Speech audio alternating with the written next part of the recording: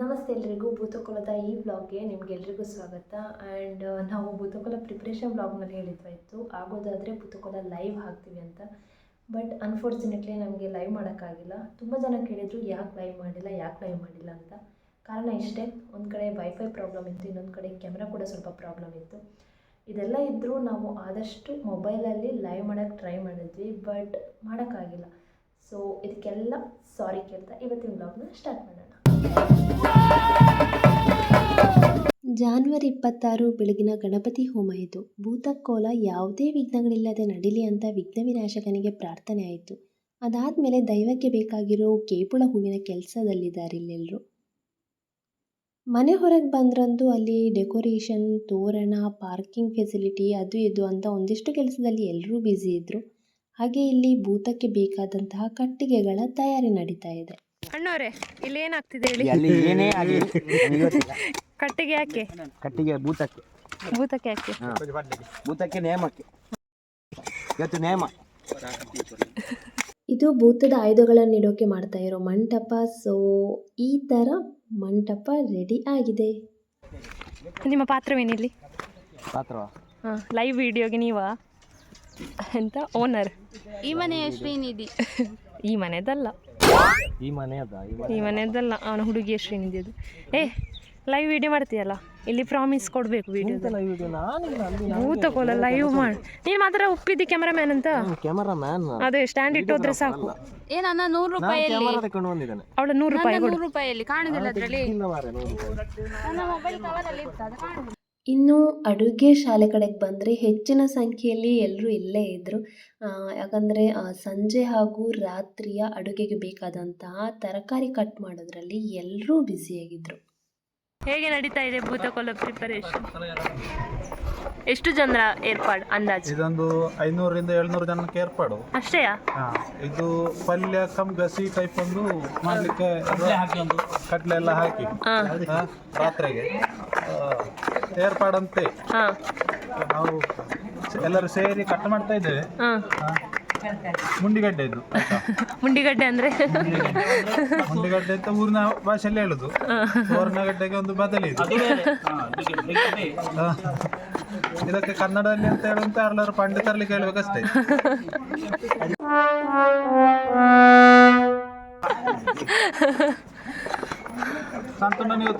ಆಯ್ತು, ಕಂಟಿನ್ಯೂ ಮಾಡಿ. ಕಟ್ ಮಾಡುದು, ಇವರಿಬ್ಬರು ನೋಡುದು. ಬಟಾಟೆಯನ್ನು ಹೇಗೆ ಕಟ್ ಮಾಡಬೇಕು? ವಿಷ್ಣು ಡೈಮಂಡ್ ಶೇಪಲ್ಲಿ ವೈ ಡೈಮಂಡ್ ಶೇಪ್ ಯಾಕೆ ಹೇಳಿ? ಅಟ್ಲೀಸ್ಟ್ ಹೊಟ್ಟೆಗೆ ಹಾಕುವ ಅಂತ ಡೈಮಂಡ್ ಅಲ್ಲಿ. ಡೈಮಂಡ್ ಹೊಟ್ಟೆಗೆ ಹಾಕಿ. ತಂಗಿಮ್ಮ, ಅಣ್ಣ ಕೊಟ್ಟ ಗಿಫ್ಟ್. ಇವತ್ತು ಭೂತದ ಇವತ್ತು ಕೋಲದಲ್ಲಿ ಯಾರಾದ್ರೂ ಬಂದ್ರೆ ಕ್ರಾಕ್ಸ್ ಚಪ್ಪಲಿಯನ್ನ ಕದಿಬಹುದು ಅಂತ ಹೇಳಿ ಇಬ್ರು ಭೂಪರ್ ಇಲ್ಲಿ ಇಟ್ಟಿದ್ದಾರೆ. ಆ ಭೂಪರ್ ಹೆಸರೇನು? ಒಬ್ಬ ಸಿದ್ಧಾರ್ಥ, ಇನ್ನೊಬ್ಬ ಶ್ರೀನಿಧಿ. ಇದ್ರ ಅವಸ್ಥೆ ನೋಡು, ಕೆಂಪು ಕೆಂಪಾಗಿದೆ. ತೊಳಿಯದೆ ಎಷ್ಟು ಕಾಲ ಆಯ್ತು. ಇದನ್ನ ನಾವು ಅಡಗಿಸಿ ಇಡ. ಹೌದು, ಅಡಗಿಸಿಡು ಅವ್ರು ಹುಡುಕ್ಬೇಕಾಯ್ತಾ? ಆಯ್ತಾಯ್ತು. ಅಲ್ಲಿ ಅದ್ರ ಮೂಲೆಗೆ ಹೋಗು, ಅವ್ರು ನೋಡ್ಬಾರ್ದು. ಅದು ಸಿದ್ಧ.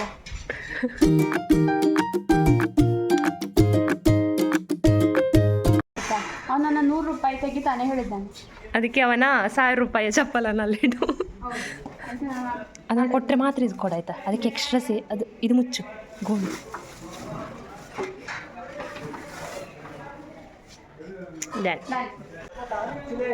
ಎಂತ ನಂಗೆ ಗೊತ್ತಿಲ್ಲ. ಶ್ರೀನಿಧಿ ಅಲ್ಲ ಇಟ್ಟದು. ಶ್ರೀನಿಧಿ ಹುಡುಕ್ತಾನೆ ಚಪ್ಪಲಿ. ಹುಡುಗಿಗೆ ವಿಡಿಯೋ ಮಾಡುವಾಗಲೂ ಡೌಟ್ ಬರ್ತಿಲ್ಲ. ಮಾರೈತಿ ಕ್ರಾಕ್ಸ್ ಕದೀತಾರೆ ಅಂತ ಹೇಳಿ ತೆಗೆದಿಟ್ರು. ಈಗ ಕ್ರಾಕ್ಸ್ ಕಾಣೆ ಉಂಟು. ಕಳ್ಳರು ಎಲ್ಲಿದ್ದಾರೆ? ಇಲ್ಲಿದ್ದಾರೆ. ಕಳ್ಳರು ಇಲ್ಲಿದ್ದಾರೆ. ಕದೀತಾರೆ ಅಂತ ಇಟ್ರೆ ಹೀಗೆ ಆಗುದು. ಅವಳಿಗೆ 100 ರೂಪೀಸ್ ಕೊಡು ವಾಪಸ್ ಆದ್ರೆ ಮಾತ್ರ. ನಾನು 100 ರೂಪೀಸ್ ಕೊಡು. 2000 ನೋಟ್ ಒಂದು. ಆಯ್ತಾಯ್ತು, ಬೆಸ್ಟ್. ಇಲ್ಲಿ ಮೈಕ್ ಸೆಟ್ಟಿಂಗಲ್ಲಿ ನಮ್ಮ ಸುಲಕ್ಷಣಾ ಶರ್ಮಾ ಅವರು ಭಾಗಿಯಾಗಿದ್ದಾರೆ. ಆನ್ ಮಾಡಿ ಫಸ್ಟ್. ಇಲ್ಲಿ ಆನ್ ಮಾಡಿ. ಇಲ್ಲಿ ಆನ್ ಮಾಡಿ. ಹರಿ ಓಂ ಹರಿ ಓಂ. ಹರಿ ಓಂ. ಹರಿ ಓಂ ಸೆಟ್. ಹರಿ ಓಂ ಹರಿ ಓಂ. ಆಯಿತು, ಸೆಟ್ ಆಯಿತು. Please please. ಚಿನ್ನ ಫುಲ್ ಬ್ಲಶ್ ಆದರು. ಬದುಕು ನಿನಗಾಗಿ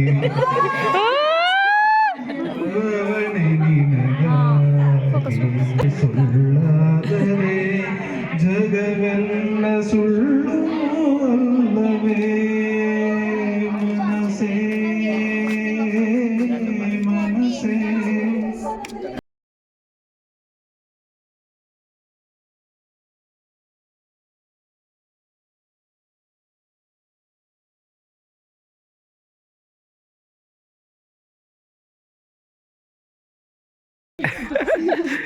ಒಂದು ಲಕ್ಕಿ ಪರ್ಸನ್ ಅಂತ. ಓ, ಲಕ್ಕಿ ಪರ್ಸನ್ ಗೇಮ್.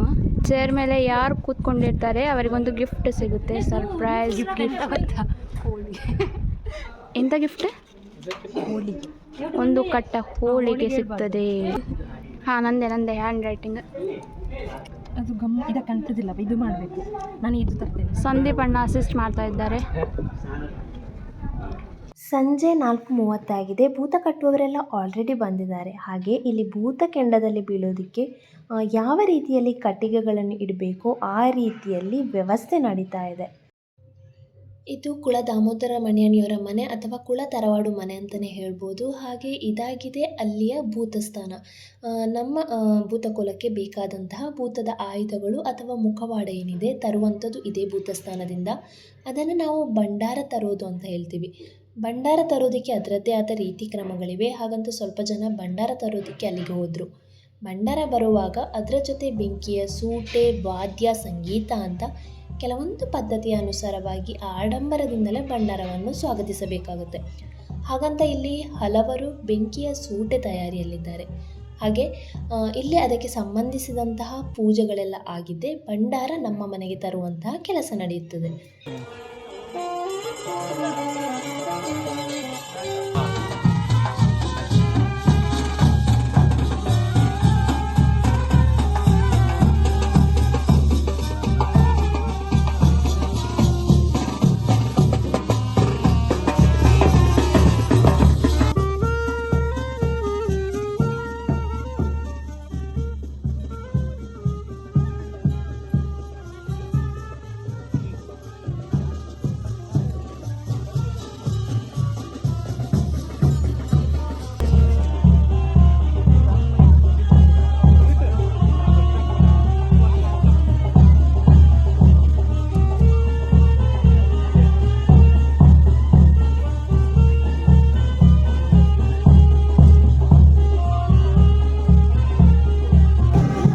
ಇದೀಗ ಗಂಟೆ 6:30 ಅಂದಾಜಿಗೆ ಭಂಡಾರ ಬಂದು ನಮ್ಮ ಮನೆ ಬಾಗಿಲಿನ ಎದುರು ತಲುಪಿತು. ಅದಾದಮೇಲೆ ತಂದಿರೋ ಭಂಡಾರ ಅಂದರೆ ಸಂಬಂಧಪಟ್ಟಂತಹ ಆಯುಧಗಳನ್ನೆಲ್ಲ ಒಂದೊಂದಾಗಿ ಈ ಮಂಟಪದೇನಿದೆ ಅದರೊಳಗೆ ಇಡ್ತಾ ಹೋಗ್ತಾ ಇದ್ದಾರೆ. ಭೂತಕ್ಕೆ ಸಂಬಂಧಪಟ್ಟಂತಹ ಆಯುಧಗಳನ್ನು ಒಳಗೆ ಇಟ್ಟಾದಮೇಲೆ ಆ ಆಯುಧಗಳಿಗೆ ನಮಸ್ಕರಿಸೋದನ್ನು ನಾವಿಲ್ಲಿ ನೋಡಬಹುದು.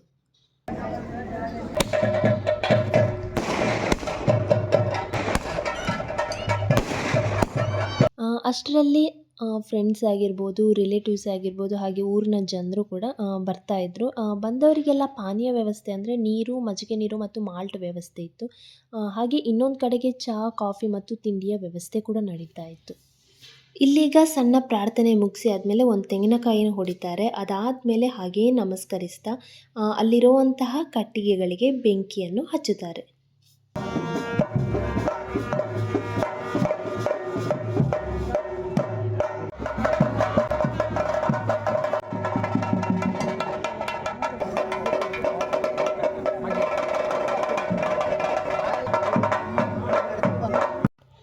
ಇನ್ನು ಕೋಲ ಶುರು ಆಗೋಕ್ಕೆ 2ರಿಂದ 3 ಗಂಟೆ ಟೈಮ್ ಇದೆ. ಆ ಟೈಮ್ನಲ್ಲಿ ನಾವು ಊಟ ಸ್ಟಾರ್ಟ್ ಮಾಡಿದ್ವಿ. ಆದರೆ ಭೂತ ಕಟ್ಟೋರಿಗೆ ಮಾತ್ರ ಫಲಹಾರ ಆಗಬೇಕು, ಅದಕ್ಕೋಸ್ಕರ ಅವರಿಗೆ ಕಡುಬನ್ನು ಕೊಟ್ವಿ. ನಾವೆಲ್ಲರೂ ಅಂತೂ ಅನ್ನ, ಸಾರು, ಸಾಂಬಾರು, ಪಲ್ಯ, ಮೆಣಸಿನ ಬಜ್ಜಿ, ಪಾಯಸ, ಹೋಳಿಗೆ ಅಂತ ರುಚಿ ರುಚಿಯಾದ ಊಟ ಮಾಡಿದ್ವಿ. ಇಲ್ಲಿ ಭೂತದ ವೇಷಧಾರಣೆ ತಯಾರಿ ನಡೀತಾ ಇದ್ದರೆ ಈ ಕಡೆ ಕೆಂಡದ ತಯಾರಿ ನಡೀತಾ ಇತ್ತು. ಇನ್ನೂ ಸಮಯ ಇರೋದ್ರಿಂದ ನಾವು ಸಣ್ಣ ಮಕ್ಕಳಿಗೆಲ್ಲ ಕೆಲವೊಂದು ಆಟ ಆಡಿಸಿದ್ವಿ, ಹಾಡು ಹಾಡಿಸಿದ್ವಿ, ನಾವು ಜೊತೆಗೆ ಹಾಡು ಹಾಡಿದ್ವಿ. ಹಾಗೆ ಈ ಥರ ಕೆಲವೊಂದು ಸಣ್ಣ ಸಣ್ಣ ಆ್ಯಕ್ಟಿವಿಟೀಸ್ ಮಾಡ್ತಾಯಿದ್ವಿ.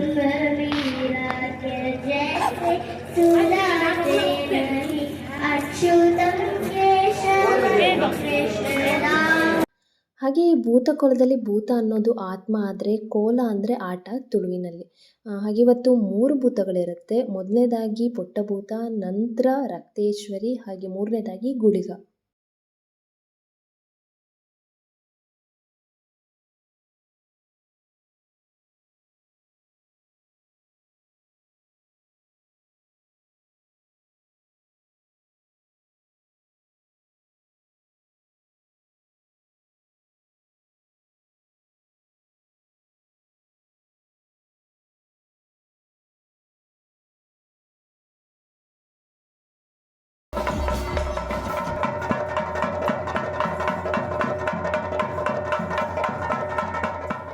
ಇನ್ನು ಈ ಪುಟ್ಟಭೂತದ ಬಗ್ಗೆ ಕೇಳಿರುವಂತಹ ಕಥೆ ಏನು ಅಂದರೆ, ಒಮ್ಮೆ ಶಂಕರಾಚಾರ್ಯರನ್ನು ಪರೀಕ್ಷಿಸಲಿಕ್ಕೆ ಅಂತ ಶಿವ ಚಂಡಾಳನ ವೇಷ ಧರಿಸಿದರೆ, ಚಂಡಾಳನ ಪತ್ನಿಯ ವೇಷದಲ್ಲಿ ಪಾರ್ವತಿ, ಮಾಯಾರೂಪದಲ್ಲಿ ನಂದಿ, ಹಾಗೆ ಮಕ್ಕಳ ವೇಷದಲ್ಲಿ ಭೂತಗಣಗಳು ಬರ್ತದೆ.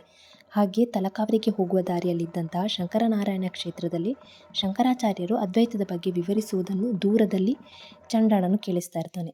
ನೆಕ್ಸ್ಟ್ ಡೇ ಶಂಕರಾಚಾರ್ಯರು ನಡೀತಾ ಹೋಗಬೇಕಿದ್ರೆ ಚಂಡಾಳ ದಾರಿಗೆ ಅಡ್ಡ ನಿಲ್ತಾನೆ. ಆಗ ದಾರಿ ಬಿಡಲಿಕ್ಕೆ ಅಂತ ಶಂಕರಾಚಾರ್ಯರು ಕೇಳಬೇಕಿದ್ರೆ, ದೇಹದಲ್ಲ ದೇಹಿಯಲ್ಲ ನೀವು ಕೇಳಿದ್ದು ಅಂತ ಚಂಡಾಳ ಪ್ರಶ್ನಿಸ್ತಾನೆ. ಹಾಗೆ ಹೇಳ್ತಾನೆ, ದೇಹವಾದರೆ ಕ್ಷೀಣವಾಗಿದೆ, ದೇಹಿಯಾದರೆ ಸರ್ವವ್ಯಾಪಿ ಅಂತ. ಆಗ ಶಂಕರಾಚಾರ್ಯರಿಗೆ ಯಾಕೋ ಅವರದ್ದೇ ಆದಂತಹ ಅದ್ವೈತದ ವಿಷಯ ಚಂಡಾಳ ಹೇಳ್ತಿದ್ದಾನೆ ಅಂತ ಅನಿಸ್ತು. ಆಗ ಕೋಪಗೊಂಡಂತಹ ಶಂಕರಾಚಾರ್ಯರು, ನಿನ್ನ ಉದ್ದೇಶ ಏನು ಅಂತ ಚಂಡಾಳನಲ್ಲಿ ಪ್ರಶ್ನಿಸಬೇಕಿದ್ರೆ ಚಂಡಾಳ ಹೇಳ್ತಾನೆ, ನನ್ನನ್ನು ಕಡಿದರೂ ಒಂದೇ ರಕ್ತ, ನಿಮ್ಮನ್ನು ಕಡಿದರೂ ಒಂದೇ ರಕ್ತ ಅಂತ. ಹಾಗೆ ಜಾತಿಯಲ್ಲಿರುವ ಉಚ್ಚ ನೀಚತ್ವ ಆಗಿರ್ಬೋದು ಮತ್ತು ವರ್ಗಭೇದವಿಲ್ಲ ಅನ್ನುವ ಹಲವು ವಿಷಯವನ್ನು ಶಂಕರಾಚಾರ್ಯರಿಗೆ ತಿಳಿಸಿದಾಗ ಉಚ್ಚ ನೀಚತ್ವದ ಬಗ್ಗೆ ಶಂಕರಾಚಾರ್ಯರಿಗೆ ಅರಿವಾಗ್ತದೆ. ಹಾಗೆ ಎಲ್ಲ ಶಾಸ್ತ್ರದ ಬಗ್ಗೆ ಅರಿವಿದ್ದಂತಹ ಶಂಕರಾಚಾರ್ಯರು ಚಂಡಾಳನ ಮುಂದೆ ಸೋಲ್ತಾರೆ ಅನ್ನೋ ಭಯದಲ್ಲಿ ಮೊದಲೇ ತಲೆಬಾಗ್ತಾರೆ. ಆಗ ಚಂಡಾಳ ಅವರ ನಿಜ ರೂಪ ತೋರಿಸ್ತಾರೆ, ಅಂದರೆ ಶಿವ ಮತ್ತು ಪಾರ್ವತಿ ಪ್ರತ್ಯಕ್ಷಗೊಳ್ತಾರೆ. ಆಗ ಶಂಕರಾಚಾರ್ಯರು ಅವರ ತಪ್ಪನ್ನು ಕ್ಷಮಿಸಬೇಕು ಅಂತ ಕೇಳಿದಾಗ ಶಿವದೇವರು ಆಶೀರ್ವದಿಸಿ ಶಂಕರನಿಗೆ ಅದ್ವೈತದ ಬಗ್ಗೆ ಜ್ಞಾನ ನೀಡಿ ಶಿವಪಾರ್ವತಿಯವರು ಅಲ್ಲಿಂದ ಹೊರಡ್ತಾರೆ. ಇದೇ ಚಂಡಾಳನು ಮತ್ತೆ ಪುಟ್ಟಭೂತವಾಗಿ ನಾವು ಆರಾಧಿಸ್ಕೊಂಡು ಬರ್ತೇವೆ.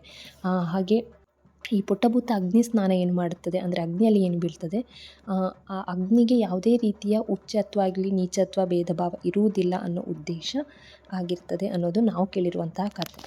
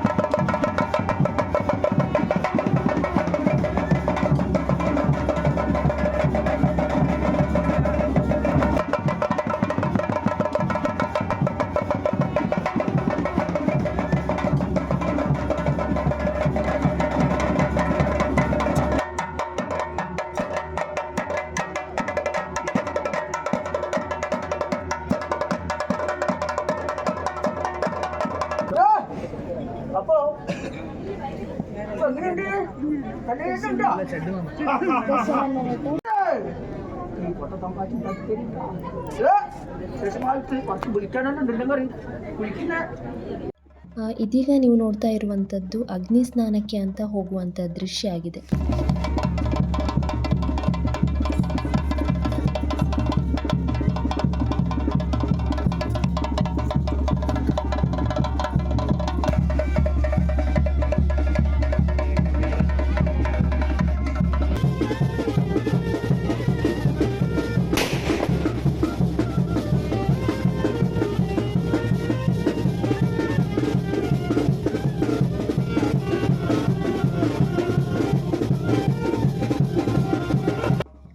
ಹಾಗೆ ಅಗ್ನಿಸ್ನಾನದ ನಂತರ ಪುಟ್ಟಭೂತ ತನ್ನ ಕೂದಲುಗಳನ್ನು ಒಣಗಿಸೋಕೆ ಅಂತ ಅಲ್ಲೇ ಹತ್ತಿರದಲ್ಲಿ ಬೆಂಕಿ ಉರಿಸಿ ಒಣಗಿಸ್ತಾ ಇರುವಂತಹ ದೃಶ್ಯ ಮುಂದೆ ಕಾಣಕ್ಕೆ ಸಿಗುತ್ತೆ.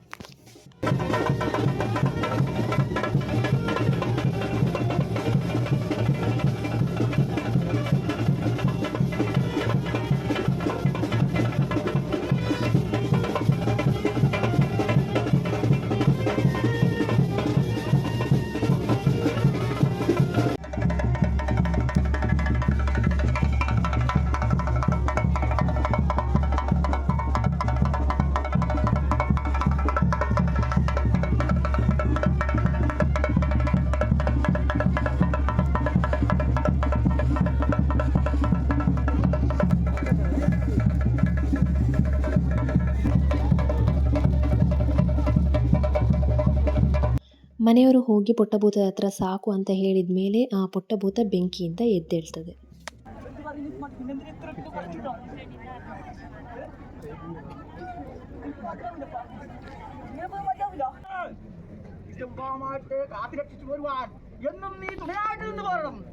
അതുകൊണ്ട് യാതൊരു മാറി വൈദ്യം അകറ്റി തന്ന് എന്നും കൂടെ തന്നെ ഇത് വരുവാനുള്ള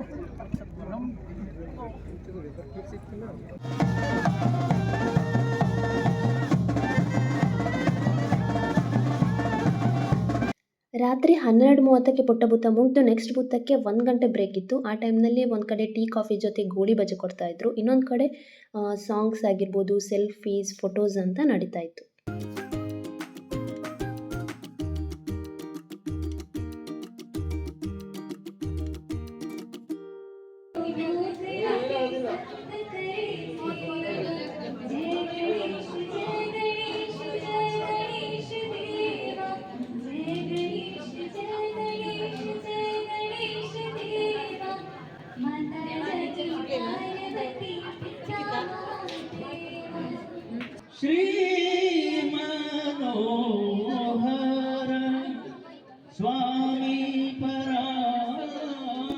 ಮಧ್ಯರಾತ್ರಿ 1 ಗಂಟೆ ಆಗಿದ್ದೆ ರಕ್ತೇಶ್ವರಿ ಭೂತ ಶುರುವಾಯಿತು. ಇನ್ನು ರಕ್ತೇಶ್ವರಿ ಬಗ್ಗೆ ಹೇಳೋದಾದರೆ, ರಕ್ತೇಶ್ವರಿ ಕೆಲವು ತಂತ್ರಿ ಕುಟುಂಬಗಳ ಪ್ರಧಾನ ಉಪಾಸನ ಮೂರ್ತಿ ಅಂತಲೇ ಹೇಳ್ತಾರೆ. ಹಾಗೆ ಇದರ ಕುರಿತು ಕೇಳಿರೋ ಕಥೆ ಪ್ರಕಾರ ಚಂಡಿಕಾದೇವಿ ಒಮ್ಮೆ ಕೌಶಿಕಿಯಾಗಿ ಅವತರಿಸಿ ಅಸುರರನ್ನು ಸಾಯಿಸೋಕೆ ಅಂತ ಚಾಮುಂಡಿಯ ಸಹಾಯದಿಂದ ರಕ್ತ ಬೀಜನನ್ನು ವಧಿಸ್ತಾಳೆ. ಹಾಗೆ ದುಷ್ಟ ಸಂಹಾರದ ನಂತರ ಶಿಷ್ಟ ಪರಿಪಾಲನೆಗಾಗಿ, ಅಂದರೆ ಯಾರಾದರೂ ಒಬ್ಬರ ಮುಂದೆ ಮುಖೇನ ಪರಿಚಯವಾಗೋಕ್ಕೆ ಅಂತ ಕೌಂಡಿಕಾನವನದಲ್ಲಿ ಸ್ವಯಂಶೀಲ ಬಿಂಬೆಯಾಗಿ ಬರ್ತಾಳೆ. ಹಾಗೆ ಅಲ್ಲಿ ಇದ್ದಂತಹ ಒಬ್ಬ ತಂತ್ರಿಯನ್ನು ಪರೀಕ್ಷಿಸಲಿಕ್ಕೆ ಅಂತ ದೇವಿ ತಂತ್ರಿ ಏನೋ ಒಂದು ಮರೆತಿರೋ ಹಾಗೆ ಮಾಡ್ತಾಳೆ. ಅದರಂತೆ ಆತ ಕೈವಸ್ತ್ರವನ್ನು ಮರೆತಿರ್ತಾನೆ. ಅದರಿಂದ ಅವ ಅರ್ಧದಿಂದ ತಿರುಗಿ ಬರ್ತಾನೆ. ಆಗ ಆ ತಂತ್ರಿ ಮತ್ತೆ ನೋಡೋದು ಶೃಂಗಾರ ನಟನೆ ಆಡ್ತಿದ್ದಂತಹ ಅತೀವ ಸುಂದರಿಯಾಗಿರೋ ಆ ದೇವಿಯನ್ನು. ಆಗ ದೇವಿ ಹೇಳ್ತಾಳೆ, ಇಲ್ಲಿ ಕಂಡದ್ದನ್ನು ಯಾರಿಗೂ ಹೇಳಬೇಡ ಅಂತ. ತಂತ್ರಿ ಏನು ಮಾಡ್ತಾನೆ, ಮನೆಗೆ ಬಂದು ತನ್ನ ಪತ್ನಿಗೆ ಹೇಳ್ತಾನೆ. ಆಗ ಕೋಪಗೊಂಡಂತಹ ದೇವಿ ಪ್ರತ್ಯಕ್ಷ ಆಗಿ ಹೆದರಿಸಬೇಕಿದ್ರೆ ತಂತ್ರಿ ಹಾಗೂ ಪತ್ನಿ ಹೆದರ್ತಾ ಅಡೂರು ದೇವರಲ್ಲಿಗೆ ಬರ್ತಾರೆ. ಆಗ ಅಡೂರು ದೇವರು ಯಾಕೆ ಬಂದಿರೋದು ಅಂತ ಕೇಳಿದಾಗ ದೇವಿ ಹೇಳ್ತಾಳೆ, ಕೊಟ್ಟ ಮಾತಿಗೆ ತಪ್ಪಿದಂತಹ ತಂತ್ರಿಯನ್ನು ಸುಮ್ಮನೆ ಬಿಡೋದಿಲ್ಲ ಅಂತ. ಆಗ ದೇವರು ಹೇಳ್ತಾನೆ, ಅಷ್ಟು ಶಕ್ತಿ ಇದ್ದರೆ ನಿನ್ನ ಶಕ್ತಿಯನ್ನು ತೋರಿಸು ಅಂತ ಹೇಳಬೇಕಿದ್ರೆ ದೇವಿ ಅಡೂರು ದೇವರ ಎಡ ಮತ್ತು ಬಲಭಾಗದಲ್ಲಿ ಮುತ್ತು ರತ್ನಗಳನ್ನು ಬೆಳಗಿಸಿಕೊಡ್ತಾಳೆ. ಅಷ್ಟು ಸಾಮರ್ಥ್ಯ ಇರುವ ದೇವಿ ಅಂತ ಆಗ ದೇವನಿಗೆ ಗೊತ್ತಾಗ್ತದೆ. ಹಾಗೆ ರಕ್ತೇಶ್ವರಿ ಇರೋಕೆ ಸ್ಥಳ ಮತ್ತು ಕೂತ್ಕೊಳ್ಳೋಕೆ ಅಂತ ಪೀಠದ ವ್ಯವಸ್ಥೆಯನ್ನು ದೇವ ಮಾಡಿಕೊಡ್ತಾನೆ.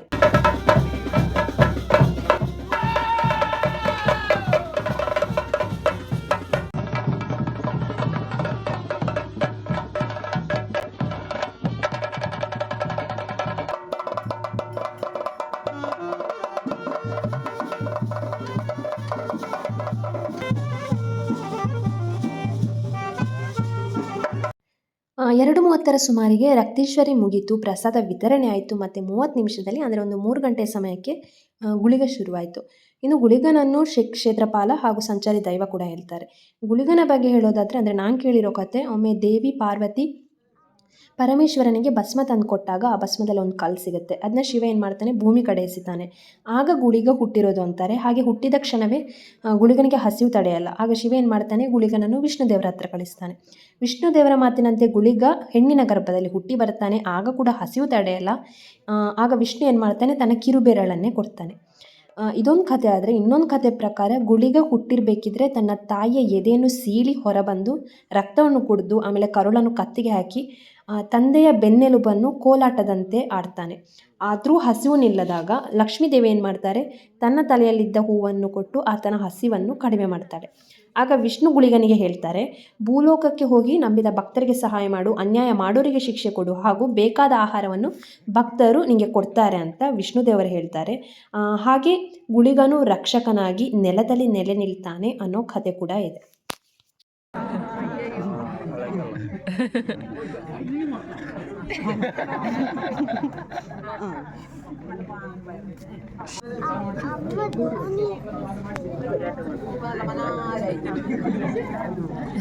ಚಂದ ಮಾಡಿದ್ದಾರೆ.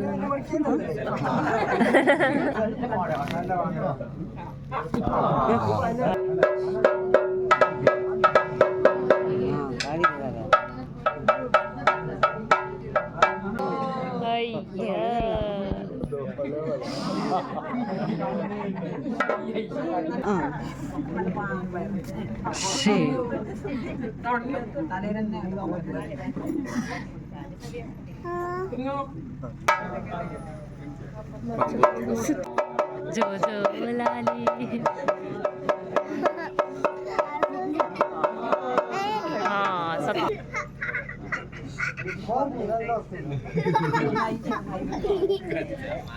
ಅಂತೂ ಜನವರಿ 27 ಬೆಳಗ್ಗೆ 4 ಗಂಟೆ ಅಂದಾಜಿಗೆ ಪುಟ್ಟಭೂತ ಕೂಡ ಮುಗೀತು. ಹಾಗೆ ಈ ಭೂತಕಲ ತುಂಬ ಚೆನ್ನಾಗಿ ನಡೀತು. ಬೆಳಗ್ಗೆ ಮತ್ತೆ ಭಂಡಾರವನ್ನು ಅದೇ ಭೂತ ಸ್ಥಾನಕ್ಕೆ ಕೊಂಡೋಗುವಂಥ ವ್ಯವಸ್ಥೆ ಕೂಡ ಆಯಿತು. ಹಾಗೆ ಬೆಳಗ್ಗೆ ಇಡ್ಲಿ ಮತ್ತು ಟೀ ಕಾಫಿಯ ವ್ಯವಸ್ಥೆ ಕೂಡ ಆಯಿತು. ಫೈನಲಿ ಭೂತಕೋಲ ಅಂತೂ ನಾವು ಅಂದ್ಕೊಂಡಕ್ಕಿಂತಲೂ ತುಂಬ ಚೆನ್ನಾಗಿ ನಡೀತು. ಅದೇ ಥರ ಈ ಭೂತಕೋಲ ರಿಲೇಟೆಡ್ ಒಂದಷ್ಟು ಜನರಿಗೆ ಥ್ಯಾಂಕ್ಸ್ ಹೇಳಬೇಕು ಅಂತ ಅಪ್ಪನೇ ಖುದ್ದಾಗಿ ನಮ್ಮ ಬ್ಲಾಗಿಗೆ ಬಂದಿದ್ದಾರೆ. ಹೋಗೋಣ. ನಮ್ಮನೆ ಭೂತಕೋಲಕ್ಕೆ ನಮ್ಮ ಮನೆಯವರು ಮಾತ್ರ ಅಲ್ಲ, ಬಂಧುಗಳು ಹಾಗೂ ಊರಿನ ಜನರು ನಮಗೆ ಉತ್ತಮ ರೀತಿಯಲ್ಲಿ ಕೈ ಜೋಡಿಸಿದ್ದಾರೆ. ನನಗೆ ಟೆನ್ಷನ್ ಆದಾಗ ಧೈರ್ಯವನ್ನು ಕೊಟ್ಟಂತಹ ಜನರಿಗೆ ತುಂಬ ಥ್ಯಾಂಕ್ಸ್. ಸ್ಪೆಷಲ್ ಆಗಿ ಹೇಳ್ತಿದ್ರೆ ನಮ್ಮ ನವಚೇತನ ಯುವಕ ಮಂಡಲ ಅವರಿಗೆ ಪ್ರತ್ಯೇಕವಾದಂತಹ ಥ್ಯಾಂಕ್ಸ್. ಯಾಕೆಂತ ಹೇಳಿದರೆ ಅವರು ತಮ್ಮ ಮನೆಯವರ ಹಾಗೆ ನಮ್ಮ ಮನೆ ನಡೆದಂತಹ ಭೂತಕೋಲವನ್ನು ಅವರೇ ಭೂತ ಆಗುವ ಮೊದಲು, ಭೂತ ಮುಗಿದ ಮೇಲೆ ಬಾಕಿ ಎಲ್ಲ ಕೆಲಸವನ್ನು ಅವರು ಮಾತ್ರ ಅಲ್ಲ, ಅದರ ಒಟ್ಟಿಗೆ ನಮ್ಮ ಜಯಾನಂದ, ಅದೇ ರೀತಿ ಚಂದ್ರ ಭಜ ಅವರು ತಮ್ಮ ಮನೆಯವರಾಗಿ ಹಗಲು ಇರಲು ನಮ್ಮೊಟ್ಟಿಗೆ ಉತ್ತಮ ರೀತಿಯಲ್ಲಿ ನಮಗೆ ಒಂದು ಸಹಾಯವನ್ನು ಮಾಡಿದ್ದಾರೆ. ಅವರೆಲ್ಲರಿಗೂ ಮಾತ್ರ ಅಲ್ಲ, ಅಲ್ಲಿ ನಡೆದಂತಹ ಕುಳದ ಮನೆತದವರಾಗಲಿ ಅಥವಾ ಎಲ್ಲ ಸಮುದಾಯದವರಿಗೂ ನನ್ನ ಪ್ರತ್ಯೇಕವಾದಂಥ ನಮ್ಮ ಮನೆಯವರ ಪ್ರತ್ಯೇಕವಾದ ಅವರಿಗೆ ಥ್ಯಾಂಕ್ಸನ್ನು ಹಾಗೂ ಧನ್ಯವಾದವನ್ನು ಎಲ್ಲರಿಗೂ ನಾನು ಬಯಸ್ತೇನೆ. ಎಸ್, ಅಪ್ಪ ಹೇಳಿರೋ ಥರ ಈ ಎಲ್ಲ ವ್ಯಕ್ತಿಗಳಿಗೆ ಥ್ಯಾಂಕ್ಸ್ ಹೇಳಲೇಬೇಕು. ಅದರಲ್ಲೂ ಅಪ್ಪ ಹೈಲೈಟಾಗಿ ಮೆನ್ಷನ್ ಮಾಡಿರುವಂತಹ ಜಯಾ ಕುಳ ಅವರಾಗಿರ್ಬೋದು, ಆಮೇಲೆ ಚಂದ್ರ ಭಜ ಅವರಾಗಿರ್ಬೋದು, ಮತ್ತು ಇಂಪಾರ್ಟೆಂಟಾಗಿ ಹೇಳೋದಾದರೆ ನವಚೇತನ ಯುವಕ ಮಂಡಳಿಯವರಾಗಿರ್ಬೋದು, ಇವರಿಗೆಲ್ಲರಿಗೂ ತುಂಬ ಥ್ಯಾಂಕ್ಸ್ ಹೇಳಬೇಕು. ಯಾಕಂದರೆ ಲಾಭ ಮಾತ್ರ ನೋಡೋ ಈ ಕಾಲದಲ್ಲಿ ಲಾಭಕ್ಕೋಸ್ಕರ ಅಲ್ಲದೆ ನಮ್ಮ ಮನೆ ಸದಸ್ಯರಲ್ಲಿ ಒಬ್ಬರಂತೆ ಪ್ರತಿಯೊಬ್ಬರು ಕೂಡ ನಮ್ಮ ಜೊತೆ ಕೈ ಜೋಡಿಸಿದ್ದಾರೆ. ಸೊ ನಿಮಗೆಲ್ಲರಿಗೂ ಥ್ಯಾಂಕ್ಸ್ ಹೇಳ್ತೀವಿ. ಹಾಗೆ ಈ ವಿಡಿಯೋದಲ್ಲಿ ನಾವೇನು ಕತೆ ಹೇಳಿದ್ವೋ ಭೂತ ರಿಲೇಟೆಡ್, ಆ ಎಲ್ಲ ಕಥೆಗಳು ಕೂಡ ನಾವು ಕೇಳಿ ತಿಳ್ಕೊಂಡಂಥ ಕಥೆಗಳಾಗಿರುತ್ತೆ. ಹಾಗೆ ನಮಗೇನು ಗೊತ್ತಿರುತ್ತೋ ಆ ಕಥೆಗಳನ್ನು ಹೇಳಿರೋದು. ಯಾಕಂದರೆ ಒಂದೊಂದು ಕಥೆ ಕೂಡ ಒಂದೊಂದು ಥರ ಹೇಳುತ್ತೆ. ಯಾವುದು ಅದರಲ್ಲಿ ನಿಖರವಾದ ಕಥೆ ಅಂತ ನಮಗೂ ಗೊತ್ತಿಲ್ಲ. ನಾವು ಕತೆ ಹುಡ್ಕೋಕೆ ಹೋದರೆ ತುಂಬ ಕಥೆಗಳಿರುತ್ತೆ. ಅದಕ್ಕೆ ನಾವು ಹೇಳಿರೋ ವಿಷಯಗಳಲ್ಲಿ ಯಾವುದಾದ್ರೂ ತಪ್ಪುಗಳು ಅಂತ ಇದ್ದರೆ ಅದಕ್ಕೆ ಕ್ಷಮೆ ಇರಲಿ ಅಂತ ಹೇಳ್ತಾ ಇವತ್ತಿನ ವ್ಲಾಗ್ನ ಇಲ್ಲಿಗೆ ಎಂಡ್ ಮಾಡ್ತಾ ಇದ್ದೀವಿ. ಹಾಗೆ ಆಗೋದಾದರೆ ನೆಕ್ಸ್ಟ್ ವ್ಲಾಗ್ನಲ್ಲಿ ಈ ಭೂತ ಅಥವಾ ದೈವ ರಿಲೇಟೆಡ್ ಒಂದಷ್ಟು ಕ್ವಶನ್ಸ್ಗಳಿಗೆ ಆನ್ಸರ್ ಕೊಡೋಕ್ಕೆ ಟ್ರೈ ಮಾಡ್ತೀವಿ ಅಂತ ಹೇಳ್ತಾ ನಮ್ಮ ಚಾನೆಲ್ನ ಇನ್ನೂ ಸಬ್ಸ್ಕ್ರೈಬ್ ಮಾಡ್ತಿರೋರು ಪ್ಲೀಸ್ ಸಬ್ಸ್ಕ್ರೈಬ್ ಮಾಡಿ, ಹಾಗೆ ಲೈಕ್ ಮತ್ತು ಶೇರ್ ಮಾಡೋಕ್ಕೆ ಮರಿಬೇಡಿ. ಟಾಟಾ.